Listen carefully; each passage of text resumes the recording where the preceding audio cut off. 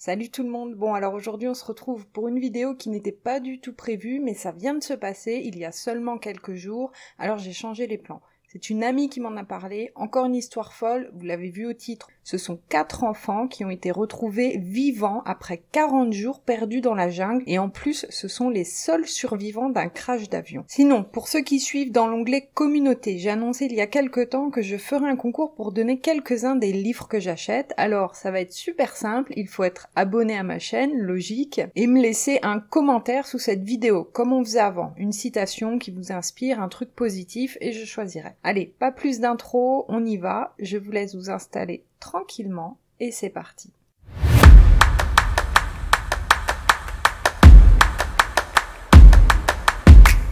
Nous sommes dans le petit village de Puerto Sabalo en Colombie. 7 personnes sont à bord d'un petit avion, un Cessna 206. Alors c'est vraiment un petit coucou. Il y a 4 enfants. Leslie âgée de 13 ans, Solénie 9 ans, Tienne Noriel 4 ans et un bébé âgé de tout juste 11 mois, Christine. 3 adultes sont avec eux, dont leur mère, Magdalena Mukutui, âgé de 33 ans, le pilote Hernando Murcia Morales et la 3e personne, j'ai trouvé 2 versions. Certains disent que c'était le copilote et d'autres disent que c'était le chef d'une tribu, car les enfants et la maman sont originaires du groupe indigène Witoto, issu du village d'Araraquara.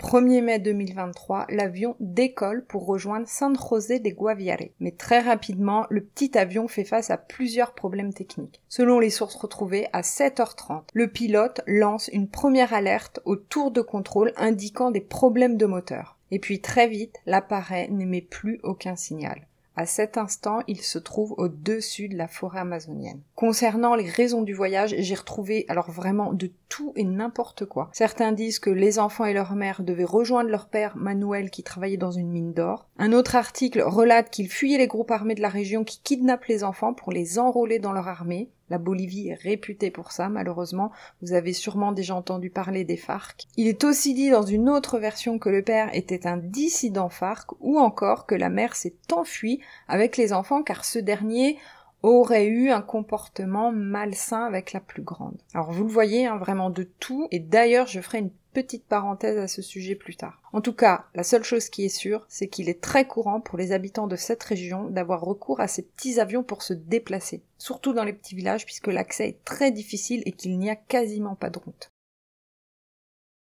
Les recherches sont lancées. Le dernier signal étant au-dessus de la jungle, retrouver l'appareil s'annonce très difficile. J'ai déjà fait 2 vidéos sur des histoires de survie dans la forêt amazonienne. La végétation est extrêmement dense. Il est très compliqué pour les avions qui survolent la zone de discerner quelque chose à travers la canopée. La carcasse de l'avion va être retrouvée 2 semaines après le crash. Et donc on voit bien l'avion qui s'est écrasé complètement à la verticale sur le nez. Malheureusement, à l'intérieur, les secours font la découverte de 3 corps sans vie, les 3 adultes. Par contre, aucune trace des enfants. Donc l'espoir est permis. Les secouristes ne retrouvent pas les corps des enfants, mais ils retrouvent, non loin de l'appareil, des fruits à moitié mangés et un biberon. Et puis autre chose, sûrement la plus importante dans cette histoire, le grand-père des petits explique dans une interview qu'ils ont d'habitude d'être dans la jungle. Ça n'est pas du tout un milieu inconnu pour eux. Donc selon lui, ils auraient très bien pu se cacher par peur après le crash. La tante aussi des enfants, Damaris Mukutui, déclare que toute la famille s'amusait en fait souvent à des jeux de survie dans la nature et que Leslie, la plus grande, connaît en fait les fruits qui sont comestibles, parce que dans la jungle, bien sûr, il y en a beaucoup qui sont toxiques. Ce sont donc une centaine de soldats qui sont envoyés sur place, accompagnés de chiens pisteurs. Il y a également des indigènes qui participent aux recherches terrestres. Les militaires ont avec eux un haut-parleur qui diffuse jusqu'à une distance de 1500 mètres un message enregistré par la grand-mère des enfants qui leur demande de rester sur place, de surtout ne pas plus s'enfoncer dans la jungle pour que les secours puissent les retrouver. Des recherches aériennes aussi sont lancées avec 3 hélicoptères de l'armée de l'air. L'opération militaire sera nommée Espoir et en plus des repérages, les secours aériens vont lancer des kits de survie et des vivres un peu partout au-dessus de la jungle. Mais alors très vite, il va y avoir un énorme cafouillage au niveau des autorités. Le président va tweeter 2 jours plus tard que les enfants ont été retrouvés. Je vous fais la traduction du tweet. Après 2 jours de laborieux efforts de recherche par nos forces militaires, nous avons retrouvé vivants les 4 enfants qui avaient disparu à cause de l'accident d'avion à Guaviare. Une joie pour le pays. Mais alors ça n'était pas du tout le cas. De ce que j'ai lu, ce sont des sources sur place qui lui avaient donné l'information, sauf qu'au moment de son annonce, ces informations n'avaient pas été encore confirmées. Le tweet sera retiré 24 heures plus tard et le président postera un message d'excuse. Le voici. Les informations fournies par l'Institut colombien du bien-être familial n'ont pas pu être confirmées. Je suis désolée de ce qu'il s'est passé. Les forces militaires et les communautés autochtones poursuivront leur quête inlassable pour donner au pays les nouvelles qui l'attendent. Alors je n'ose imaginer la fausse bonne nouvelle pour la famille, ça a dû être terrible. Et c'est pour ça, je pense que dans les articles, tout est mélangé, c'est un peu le bordel, pardonnez-moi l'expression, mais en plus donc des fausses informations, on en retrouve plusieurs où il est noté que les enfants ont été retrouvés après 15 jours de survie. Franchement, j'ai eu beaucoup de mal en fait à tout démêler, à me mettre dans l'histoire. Au début, je ne comprenais rien du tout. Alors, on est bien d'accord, même si les enfants sont habitués à la jungle, ça reste des enfants, surtout avec un nourrisson en plus. La forêt amazonienne est un milieu très hostile, avec beaucoup de prédateurs, et puis il y a les FARC. Ça fait maintenant plus de 2 semaines qu'ils sont livrés à eux-mêmes, donc le temps est compté. Le crash vient d'avoir lieu. Les enfants sont blessés, mais conscients. Ils ont appelé leur mère, qui était coincée dans la carcasse. Apparemment, elle leur aurait répondu d'aller chercher de l'aide, mais elle serait décédée peu de temps après. Les enfants vont alors commencer à marcher dans la jungle, sans trop savoir où aller. Ils n'ont ni eau, ni nourriture, pas de vêtements non plus adaptés au climat de la jungle. Ils décident alors de suivre une rivière en espérant finir par retomber sur les traces de la civilisation. Ils sont loin d'imaginer en fait que leur calvaire ne fait que commencer. Des jours et des jours vont passer, ils trouveront en chemin quelques fruits sauvages pour se nourrir, ils vont réussir à construire un abri avec des feuilles et des branches. Chez les Witoto, les garçons commencent en fait la chasse dès l'âge de 5 ans, et pour les filles, on les initie aussi très tôt à la cueillette, aux connaissances des plantes vénéneuses et aux techniques pour purifier l'eau. Et là, par chance, ils ont la rivière pour s'hydrater. Les enfants ont donc clairement certaines connaissances de cet environnement. L'Organisation nationale indigène de Colombie a aussi déclaré que les Witoto vivent, je cite, en harmonie dans la jungle et qu'ils ont conservé les traditions de chasse, de pêche et de cueillette de fruits sauvages. Apparemment, à un moment, les enfants auraient aussi aperçu des traces de pas humains. C'est dit que ces traces appartenaient sans doute à des narcotrafiquants présents dans la zone ou aux FARC. Donc les enfants se sont cachés pour ne pas être kidnappés. C'est Leslie, l'aînée des 4 petits, qui a pris les choses en main dans la jungle. Elle est la plus âgée du groupe et surtout, elle a toujours eu l'habitude de s'occuper de ses frères et sœurs quand leur mère travaillait. Les enfants sont vraiment très malins et très débrouillards, puisqu'un jour, ils vont tomber sur une bouteille en plastique vide. Alors oui, même dans la forêt amazonienne, il y a des déchets. Les enfants vont avoir l'idée d'utiliser la bouteille comme un sifflet pour essayer de se faire entendre. Ils soufflent dedans régulièrement en espérant que quelqu'un les repère. Ça leur permet de garder espoir aussi, de ne pas se décourager et de continuer à marcher le long de la rivière. À chaque fois qu'ils voient un avion ou un hélicoptère passer au-dessus d'eux, ils sifflent dans la bouteille. Mais malheureusement, avec tous les arbres, toute la végétation, impossible de toute façon pour les avions de les voir du dessus. Donc les jours passent et les 4 enfants s'affaiblissent de plus en plus. Durant tout ce temps, du côté des recherches, on a déployé des drones. Et c'est le 30 mai que les secours vont enfin trouver un premier indice qui laisse présager que les enfants sont toujours en vie. C'est une couche sale qui, de toute évidence, appartient aux nourrissons. On est en pleine jungle, donc pas de coïncidence possible.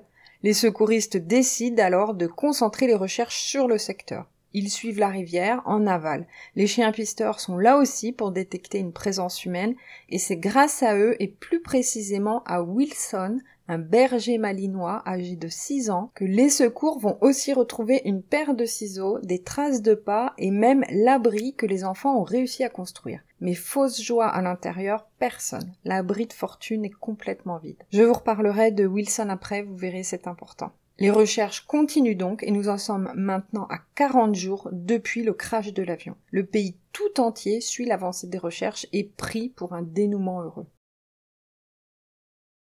Vous l'avez vu au titre, donc pas de surprise, les enfants finissent enfin par être retrouvés vivants. C'est le 9 juin, vers 16 h, que le miracle s'est produit. Ils ont été retrouvés à environ 5 km du lieu du crash, ce qui représente à peu près 3 heures de marche dans la jungle. Ce sont les soldats qui ont entendu le sifflement de la bouteille. Ils se sont alors approchés doucement en direction du son et ils ont aperçu 4 silhouettes qui se cachaient derrière les arbres. Les soldats comprennent que ce sont les enfants, ils les appellent par leur prénom pour ne pas les effrayer. Et ils leur disent qu'ils sont là pour les sauver. Les petits sont sortis de leur cachette et se sont jetés dans les bras des soldats. Ces derniers leur ont tout de suite donné de l'eau car les enfants sont très déshydratés quand même, des biscuits, des fruits car ils sont très amaigris et très affaiblis. Les enfants sont télétroyés par un hélicoptère pour être transférés ensuite dans un avion qui les transportera jusqu'à un hôpital militaire à Bogota. Alors concernant l'état de santé des enfants, eh bien là aussi on retrouve tout et son contraire. Donc je ne vais pas trop m'étendre dessus pour ne pas risquer de vous partager de mauvaises informations. D'un côté on dit qu'ils s'en sortent bien, qu'ils étaient juste un peu déshydratés, amaigris avec quelques blessures superficielles et qu'après quelques jours d'hospitalisation ils seraient rentrés chez eux. Mais j'ai retrouvé dans un autre article plus récent où il est dit en fait qu'ils sont toujours à l'hôpital car ils seraient toujours très affaiblis et surtout à risque par rapport aux maladies infectieuses. Donc ça n'est pas du tout la même version. Alors vous le voyez, il n'est pas évident de démêler les infos sur le net, autant les journaux français qu'internationaux, et qu'ils soient connus ou non. Pour ça que je préfère les livres des personnes concernées ou les reportages. Ça prend peut-être plus de temps après pour faire une vidéo, mais au moins c'est fiable. Donc voilà, c'était juste pour rappeler qu'il est important de toujours garder un certain recul quand on lit ou quand on regarde ce genre de vidéos. À l'hôpital, les enfants recevront la visite du président colombien et du ministre de la Défense qui leur remettront la médaille d'honneur. Ça a été des recherches de grande envergure. Les secouristes et les indigènes ont parcouru en tout plus de 2600 km dans l'environnement extrême qu'est la jungle. Je sais que mes vidéos sont axées sur l'espoir, sur un état d'esprit positif, mais là, il m'est impossible de ne pas prendre 2 minutes minimum pour vous parler d'une triste conséquence à cette histoire. Donc je vais déroger un peu à la règle. On rend souvent hommage aux secouristes, ce qui est très bien, mais on oublie toujours les chiens sauveteurs. C'est vrai, on n'en parle jamais finalement. Lors des recherches, je vous ai dit qu'il y avait parmi les chiens Wilson, donc c'est lui qui a retrouvé la carcasse de l'avion et les affaires personnelles appartenant aux enfants. Eh bien, Wilson est porté disparu. Lors des recherches, il s'était déjà égaré à un moment une première fois dans la jungle, mais il avait été retrouvé au bout de quelques heures, dans un sale état d'ailleurs, ce qui lui avait valu des soins vétérinaires, et puis il est retourné dans la jungle avec les sauveteurs et il s'est égaré une seconde fois. Et les derniers articles que j'ai retrouvés sont du 27 juin 2023 et à cette date, Wilson n'avait toujours pas été retrouvé. Ça a ému tout le pays sur les réseaux, ça a été un véritable hommage envers Wilson. Quand je lisais les articles, j'espérais vraiment en voir un qui disait qu'on l'avait retrouvé, mais ça n'a pas été le cas, j'en avais les larmes aux yeux. Bon alors, ma caméra vient de couper, batterie vide, me revoilà après avoir rechargé, donc je poursuis. Lors d'une cérémonie qui s'est tenue ce lundi 26 juin, le président colombien a remis aux soldats et aux indigènes qui ont participé aux recherches la médaille de l'ordre de Boyacá. Donc c'est la deuxième plus haute distinction pour les militaires et c'est la première pour les civils. Une médaille a également été décernée à la mère de Wilson.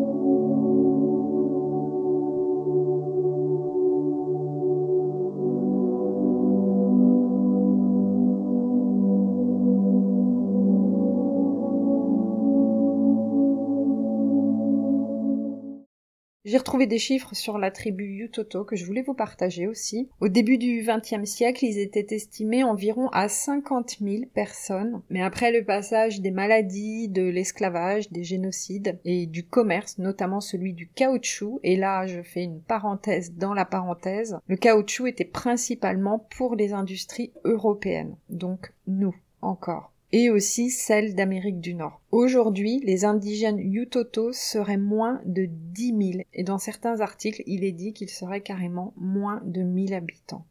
Voilà, je voudrais encore remercier la personne qui m'a proposé cette histoire, j'espère qu'elle vous aura plu, même si tout le monde n'a pas survécu. En tout cas, c'est assez miraculeux que les 4 enfants s'en soient tous sortis vivants, déjà du crash, et puis de 40 jours de survie seuls en pleine jungle, vu leur âge, même s'ils sont originaires de cet environnement. En tout cas, n'hésitez pas à me laisser un commentaire si vous avez apprécié la vidéo, vous savez que je prends toujours le temps de répondre. Et ceux qui regardent et qui ne sont pas encore abonnés, je vous vois. Si mon travail vous plaît, rejoignez la communauté, ça aide vraiment la chaîne, vous savez comment fonctionne YouTube. Sinon, concernant le sondage des shorts, celui qui a reçu le plus de votes est celui sur Aaron Ralston. Alors, j'ai vu le film je ne sais pas combien de fois, j'ai adoré. C'est une histoire un peu extrême, je ferai au mieux pour que la vidéo puisse être regardée par tous. Mais en tout cas, c'est un exemple de résilience et de rage de vivre très très fort. On se sépare ici. Ah oui, non, juste avant, encore une fois, force et pensée pour le Canada, parce que j'ai regardé ce matin où ça en était, et vous êtes toujours en train de vous battre. J'espère de tout cœur vraiment que les feux soient stoppés au plus vite. Je vous laisse ici, on se retrouve très bientôt, je l'espère. D'ici là, prenez soin de vous. Salut!